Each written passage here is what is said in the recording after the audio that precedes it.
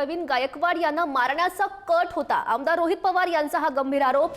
हल्ल्यादरम्यान दीपक काटे यांच्याकडे बंदूक होती असंही रोहित पवार म्हणतात। दीपक काटेंचे भाजपा नेत्यांसोबत फोटो आहेत असाही गंभीर आरोप रोहित पवार यांनी केला। झुंडाशाहीच्या माध्यमातून काही 10-20 लोक तिथे उभे होते, त्यांना बाहेर काढलं आणि शाही फेक केली।